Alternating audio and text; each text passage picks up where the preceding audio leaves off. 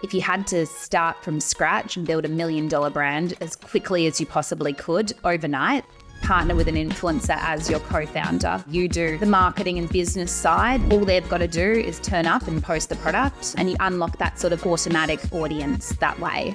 If you're not embarrassed by the first version of your product, then you've launched too late. If you can hack something together and get it out there, you're going to create so many more learnings just by having something live and by taking action than you're going to create thinking and planning. It did very much feel like an overnight success. But to me at the same time, because it felt unbelievable, it was quite scary too. I always thought if it grew this quickly, it could fail this quickly as well. Before we dive in, I want to extend a warm invitation to join our thriving Foundr community. It's the perfect place to discover more insightful interviews aimed at helping you build, grow, and scale your business. So don't forget to hit subscribe. Your support means the absolute world to us. Thank you so much for subscribing. Let's get stuck in today's discussion. Hear the stories, learn the proven methods, and accelerate your growth and future through entrepreneurship. Welcome to the Foundr Podcast with Nathan Chan. We've got Greta here today, and she's going to talk to us about everything influencer marketing. She knows this space incredibly well. She's generated tens of millions of followers through all social platforms and really knows how to turn audiences into brands. And Greta, thanks so much for being here. Thanks, Nate. Thanks for having me. Exciting to be back. So, you know what? I'm going to ask you a different question. It's not going to be, how did you get your job? It's going to be, can you describe the first 60 days of your first business, SMT? Yeah. Oh, wow. Okay. Keyword in a nutshell, scrappy. Day one, wherever you count that from, I'd count it from the day I made my website, which I then launched that night. So we'll call that day one because that was the day where we first got a sale as well.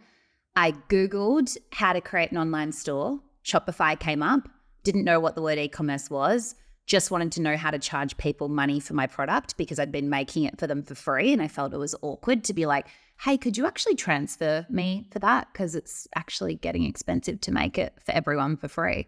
So I'd started making this like detox tea by hand, which we were calling a Tea-Tox. It was just a program me and my friends would do, and then me and my colleagues at work would do, I guess just to like do a bit of a cleanse after a big weekend.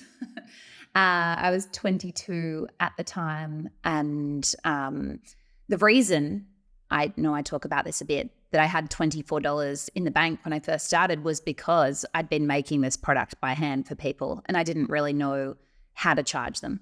So I Googled how to create an online store, made a website in a day. I think the thing that took me the longest was making like an ingredients and effects table, and got the website live and basically launched and made 4 sales overnight. Well, I was like, cool, that's great. That'll pay at least, for the tea to make, the next little batch of orders. And I was doing kind of like a pre-sale model, and we kept doing that pre-sale model probably for the first like 30 days-ish. I would take the orders during the week and then I would fulfill them on the weekend.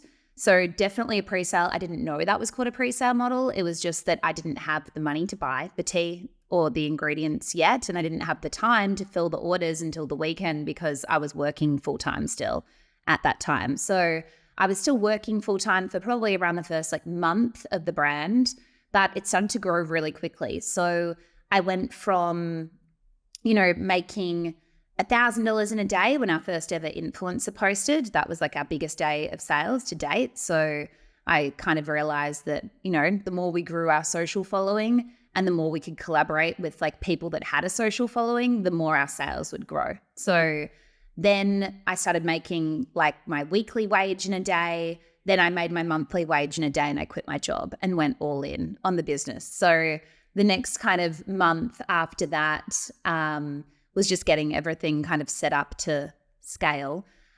So I say scale, it was scaling. It was going really well. We, within the first 6 months did $600,000 in a single month. We were growing from there. We did not have systems in place to scale really. We were still picking and packing the orders by hand. That's why I say it was scrappy. Like we were still picking and packing the orders by hand when we were doing between 20 and 30,000 units of product a month. So it was crazy. We were running like a fully fledged logistics operation out of my house. I'd moved out of home by that point. That was about a couple of months in because my mum just got sick of having the tea all over her house all the time. So that was sort of what my first 60 days looked like. Do you miss those early days? In some ways, it was so exciting, but then in other ways, I feel very sorry for my little 22-year-old self dealing with a lot of that stress. I think because I didn't know a lot about business. Every time I'd discover something, it was like discovering fire, which was incredible, but it was risky at the same time. So all those little losses would affect me so much. I remember crying when labels misprinted because then it meant that they were my shipping labels and I couldn't get down to the post office in time and ship those orders out that day. And I knew that the effect that that would have on customer service at the scale that we were already at. And I was trying to do the customer service while also doing the marketing, while also managing, a team of, I don't even know how many people would have been picking and packing, like 10-ish from my house. And it was just pretty relentless, but it was really exciting and the growth was really exciting. And that feeling that was just unbelievable. So I wouldn't change it by any means. And I think like those little stresses, started to build up more of a resilience towards stress over time so that when the big things started to happen, maybe they didn't hit me as hard. I probably cried the same amount losing $1 million of tea in a day as I did misprinting those labels. So there you go. It's funny. I've been doing a few interviews at the moment for this summit and stuff like that. And one thing that keeps coming up is people say, I don't really remember the hard times. When I look back, I only remember the good times. But if I actually went back, there were some really hard times, but I miss them fondly. Yeah. No, it's an interesting way to reflect for sure. I think just, it was just an unbelievable situation. And like, it did very much feel like an overnight success somewhat, that brand, because it did start and grow so quickly too. So it felt unbelievable. But to me at the same time, because it felt unbelievable, it was quite scary too. I always thought, if it grew this quickly, it could, kind of like fail this quickly as well. So I was always worried about, something happening and having to close the business down overnight. And that was exactly why I ended up founding multiple other e-commerce brands, because I kind of realized that the systems and processes and the experience that, I was like learning from was repeatable. And so I went about that and repeated it so that, even if something did happen, that it would be fine. And it didn't happen. It was all good. Yeah. So talk to me about influencer marketing, because that's been kind of like a staple play within each of your businesses that you've launched in the e-com space. And you're so brilliant at it. You're really, really good at branding, coming up with a product, finding a way to put a different spin on it. I love, how you've looked at that and changing the dimensions. It's really, really clever. But then at the other side, you're really good at creating demand and trying to, I guess, grow that business. For someone that's watching this right now or listening to this right now, how should early stage founders approach the creating demand side and using influencer marketing? Is it worth it to do it in the early stages? What is your take? Definitely worth it. I think like where a lot of the success of my brands has come from, not SkinnyMeTea, because that was like the first brand and I started, at zero audience somewhat.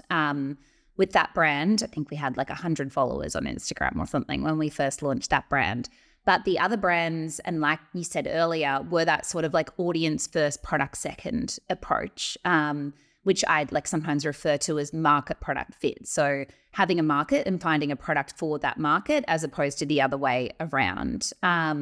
And I think, not every brand is able to, focus their resources on building, a large audience before they launch. The best way and the easiest way is to tap into other people's large audiences and leverage those on your brand's behalf when you launch. So I think that's where the beauty of influencer marketing lies. It's not just that they're skilled content creators, it's also that they do have that audience's attention and also trust at the end of the day. And they can leverage that attention and trust on your brand's behalf to create results. And that's why the results are so strong in that space. I got asked the question the other day, if you had to start from scratch and build $1 million brand as quickly as you possibly could overnight, what would you do?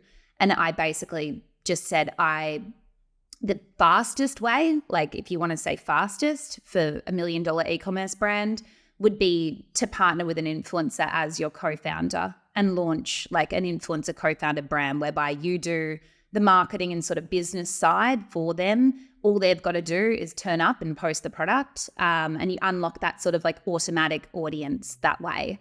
So influencer marketing is, just still such a powerful tool, increasingly so, in fact.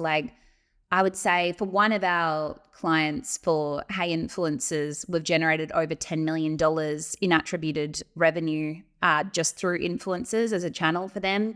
And that's all been in the last 2 to 3 years as well. So that shows the power of the market as a whole. Yeah. So how do people get started, right? That's the thing. So from a pre-launch perspective or a post-launch perspective, and I know you talk a lot about micro influencers, macro influencers. What is the difference?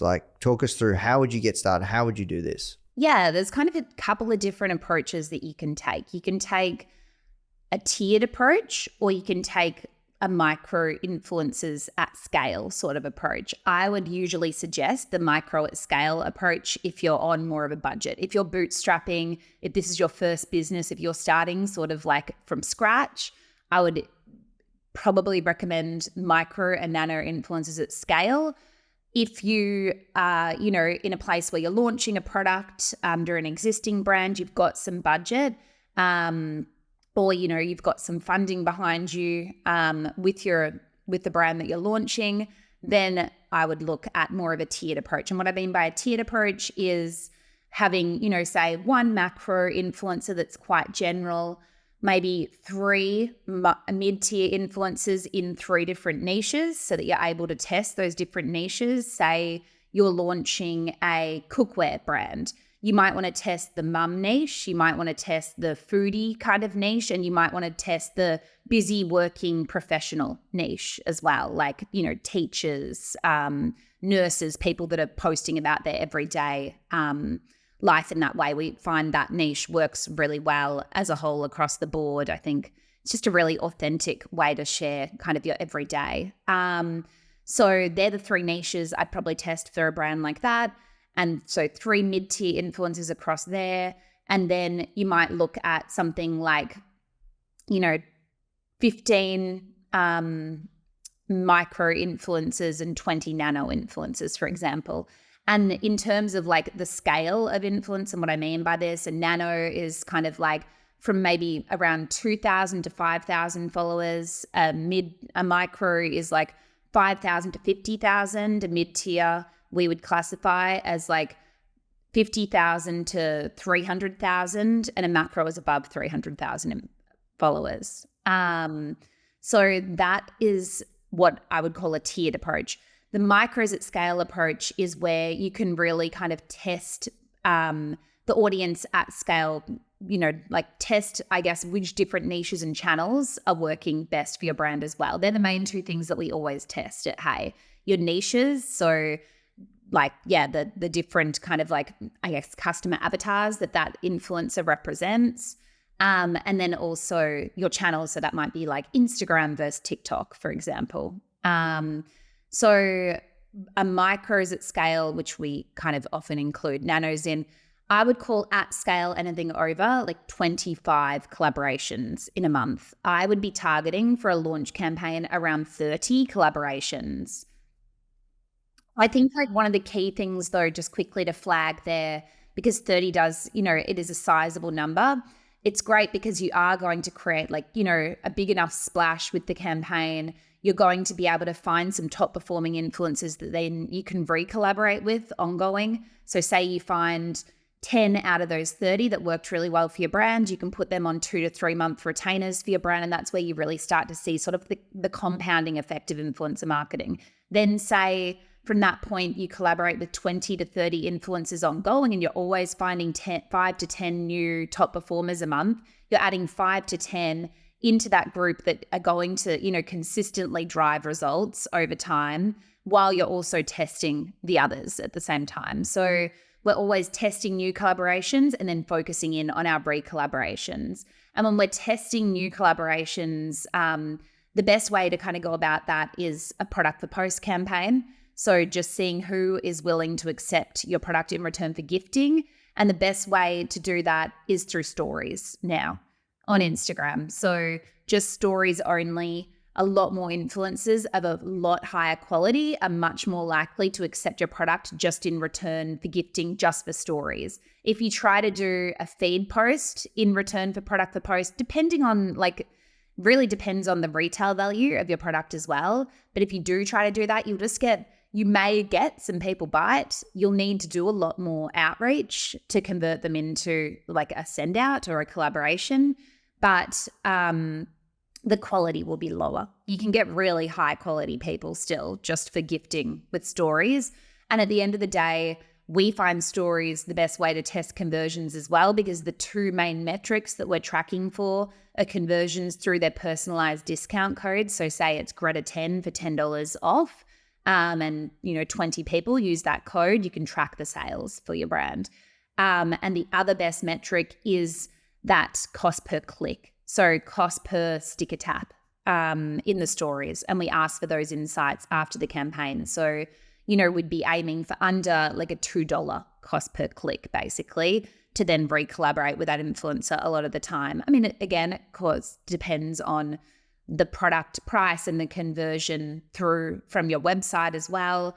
But under a $2 cost per click is pretty good in this space because it's not the same cost. I mean, it's not the same type of click or quality of click as a Facebook ad, for example. Like you might be like, oh, I get like a 50-cent cost per click on Facebook. But yes, those people are, an entirely cold audience, and the influencer's audience are much more, warmed up. They trust this influencer. They've already seen and had that recommendation on behalf of your brand and clicked through the website. That lead is worth 4 times more than a Facebook lead. Hey guys, I really hope you're feeling inspired from today's interview. Now, the truth is, all successful e-commerce founders started from zero, with a spark of an idea and a whole lot of determination. But let's be real, building or growing an e-commerce business is no walk in the park. And that's where Foundr Plus comes in, which I'm really excited to share with you. It's a culmination of a decade worth of work at Foundr. So if you're feeling stuck in your e-commerce business, you're lacking confidence to move forward, or you're worried about making costly mistakes or not knowing how to grow your business, Foundr Plus is here to support you on your journey.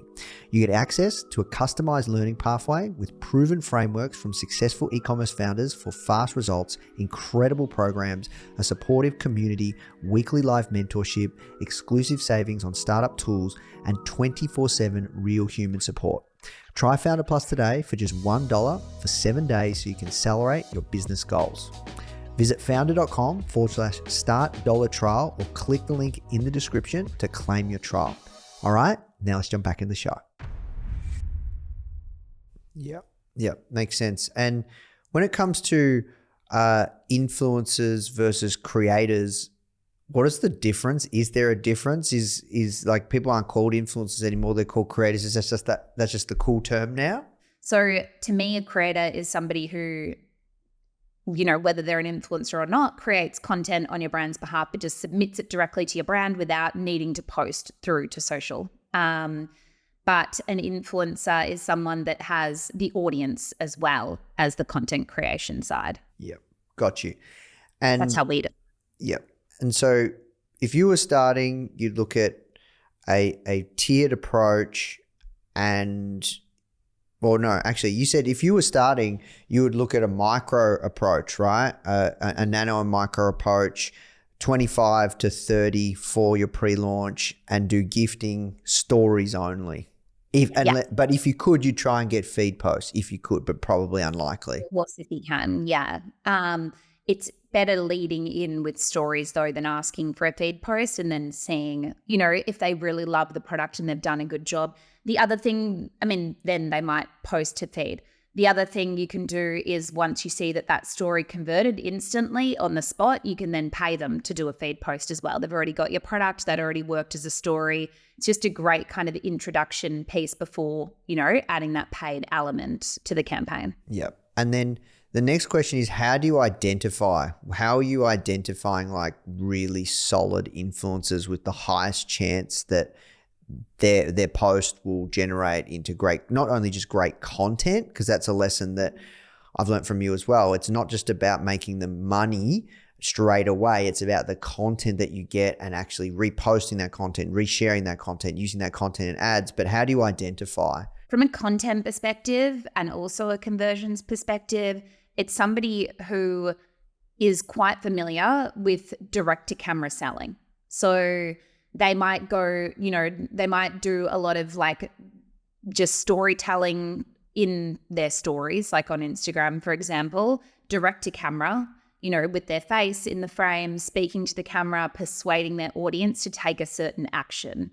So like that is a big one when it comes to like the content sort of side. You can go through their highlights and see whether they do that. You can see whether any of their feed posts are along those lines as well. That's that content and conversion sort of piece. But the three things that we sort of look for are like our 3 R's. So reach, relevancy, and relationship. So reach would be their following, like I spoke about before, the different tiers of influencers. And nano and micro influencers often have like a much higher engagement rate than mid-tier or macro influencers at the end of the day. Their relevancy is what I was speaking about more so with that niche-based approach, like how relevant they are to your brand, how aligned they are to your brand, how, much of their audience is your target audience. If you're ever paying for a collaboration, there's a couple of things that I would be asking of influencers. I would be asking for sticker taps in recent story collaborations, for example, on paid partnerships, not just general sticker taps. Because of course, like a paid partnership, you might get less than, just a general sticker tap. And I would be asking for their audience breakdown in terms of location, especially.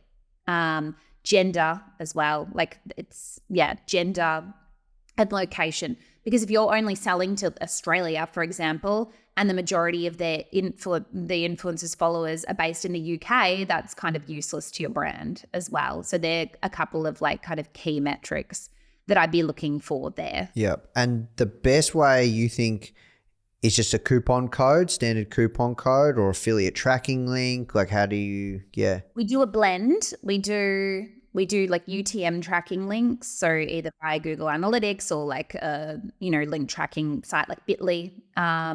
We do the individualized discount codes. Doesn't always have to be a discount. If your brand doesn't usually discount, it might be free shipping. It might be a free gift with purchase. It doesn't have to just be a discount code. It's just an incentive to use that code so that you're able to attribute that sale.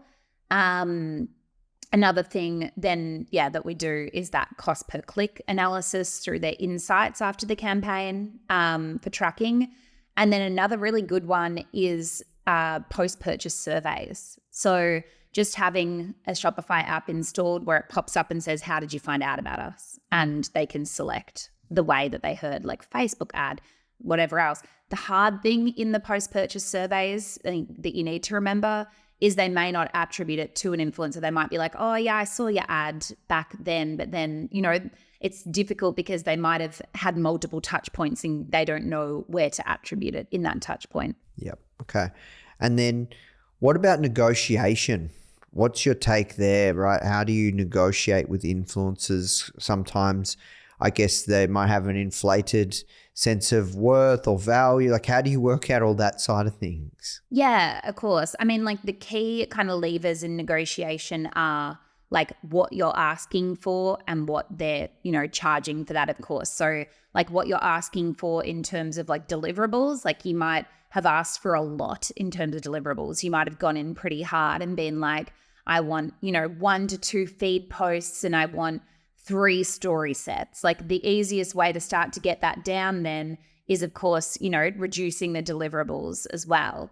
The other thing is just going back and saying, we don't have the budget for that right now. Would you be comfortable with this? That works a lot of the time. Influencers, of course, like are used to brands going back to them with a lower amount. I think a lot of the time they do, add 30 to 50% on top of what their usual kind of rates would be because they know a brand's going to try to talk them down. So say they quoted $1,000, I'd be hoping to get that for between $500 to $700. Yeah. Okay.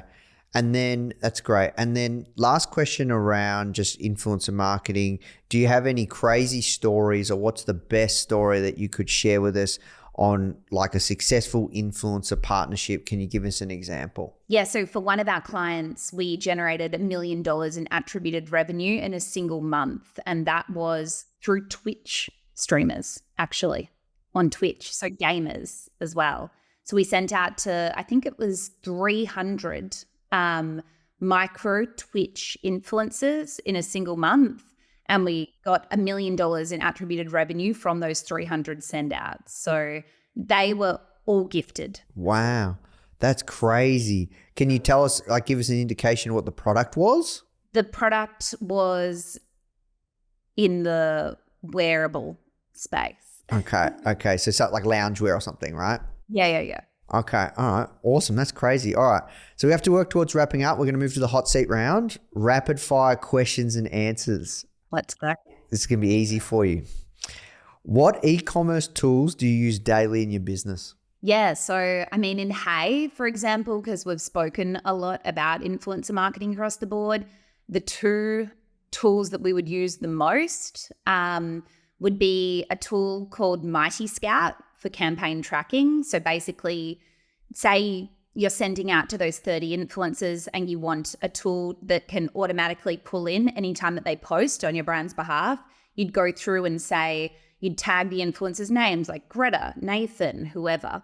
And anytime that they post on your brand, it will automatically pull that post into the platform and track the key metrics of the post. So kind of like the estimated reach of that post, the engagements on that post, like how many comments, how many likes, that sort of side. And you've always got that content there as well to be able to download on your brand's behalf.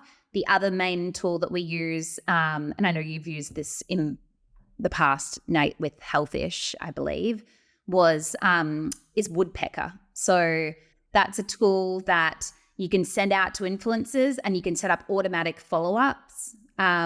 And it will continue following up with them via email until they respond to your email. So it's kind of like usually used in like cold calls and sales, but we use it for influencers. Yeah, that's a good one.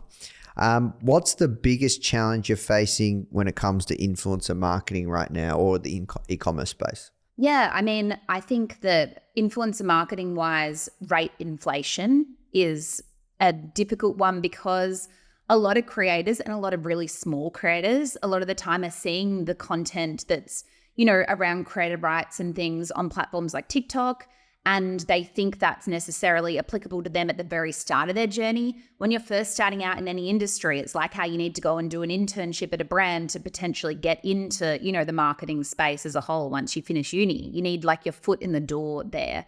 That's the same with influencers. If they don't have any past brand results to be able to show, and they're trying to charge, we got back rates the other day, $1,800 for 1,800 followers. And we were like, we're not able, to do anything near that. We could do X. And they were like, no, this is my full-time job. And we're like, okay, we'll have to keep moving on. So yeah, there's creator expectations, and then there's, sometimes some sort of like inflated sense of worth in that, like that's just not going to be commercially viable for a brand. All right. So last question, what is the best piece of advice that you would give to people hoping to start an e-commerce business, or the one thing you wish you knew before you started? Yeah, I mean, I really love this quote by Reid Hoffman, founder of LinkedIn, amongst other things, that if you're not embarrassed by the first version of your product, then you've launched too late. I think like that was the beauty of like my starting journey. We did start so scrappy. I didn't even have a logo. I kind of typed out SMT on Microsoft Word and put like a little love heart, and like we barely had a website. I scraped it together in one day. It was definitely embarrassing. So, I mean, I think a lot of the time people get very much in their own head thinking they've got to have this perfect logo, this perfect website, like this perfect packaging and branding experience. But like if you can hack something together and get it out there, you're going to create so many more learnings just by having something live and by taking action than you're going to create like thinking and planning. Yeah, I love that. And look, we've all been there, right? We've all started from somewhere. And I think that is such a true quote. Like when I first started Foundr, the first magazine edition, on the front cover, we had a Superman photo. It wasn't even a successful person. So there you go. So thank you so much, Greta. It was an absolute pleasure. I reckon this has probably been our 15th interview we've done together, maybe. Yeah, easily, I would say. Always a pleasure. Thank you so much. Thanks, Nate. As always, perfect. If you love this episode, make sure to check out my interview with Emma Greed on how solving a problem she was so passionate about led to the creation of Skims and Good American. And so I do think so much of it starts with like addressing things that bother you, that you find, you've got to create a solution for, because, at the end of the day, you've got to be passionate enough and sometimes crazy enough to go round and round and round to actually solve a problem.